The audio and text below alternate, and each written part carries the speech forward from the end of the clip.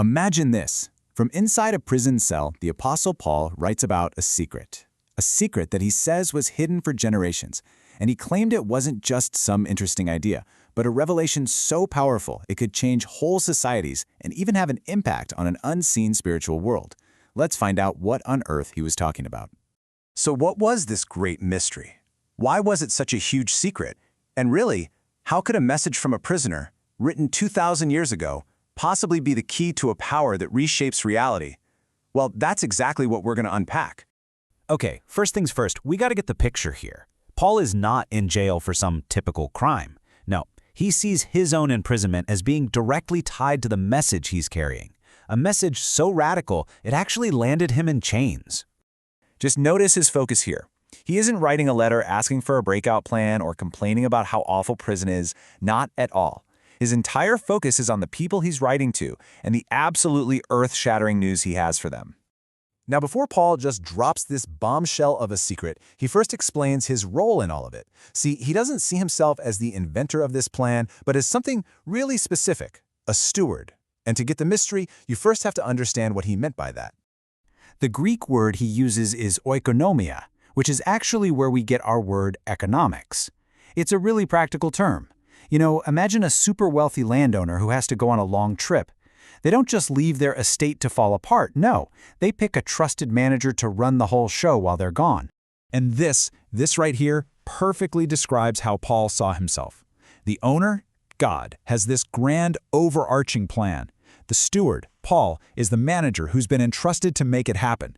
And this wasn't just any old job, it was a huge privilege, a high-stakes role where he was responsible for managing one of the most important projects in history. So the main thing to get here is that Paul really believed he was managing the distribution of God's grace. He was the guy tasked with taking this completely life-transforming message and making sure it got to the right people. And even from a prison cell, he was still on the clock. All right, so with that foundation in place, Paul finally pulls back the curtain. He's ready to reveal the secret he's been managing, this mystery that had been kept under wraps for ages. So let's see what it is. What was this game-changing information that was so revolutionary? I mean, what was the idea that would completely flip how people saw themselves, and more importantly, how they saw each other? Okay, so before this mystery, the world was pretty much split down the middle.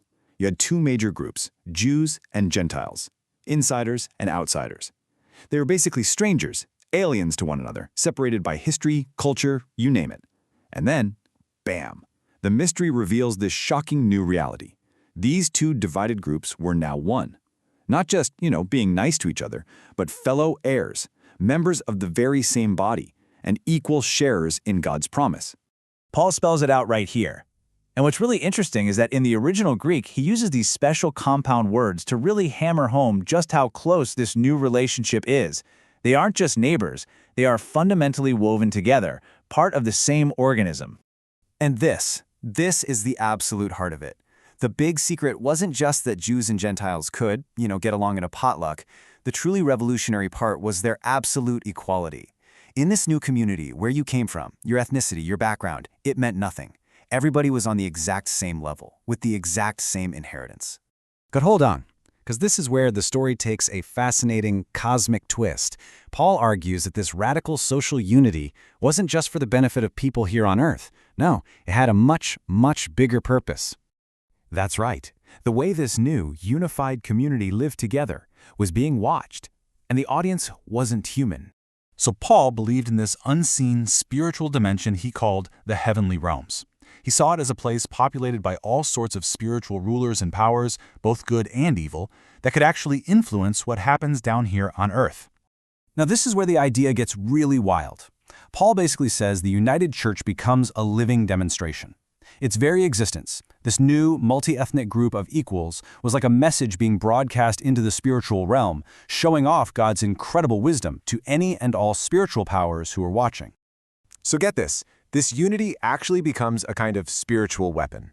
Just by existing and living together in peace, this community deals a decisive blow to the spiritual forces that love division, chaos, and hatred. Every single act of unity proves that God's plan to bring people together is way more powerful than any force trying to tear them apart. Now you might be thinking, okay, cosmic battles, that's cool, but what does that have to do with me?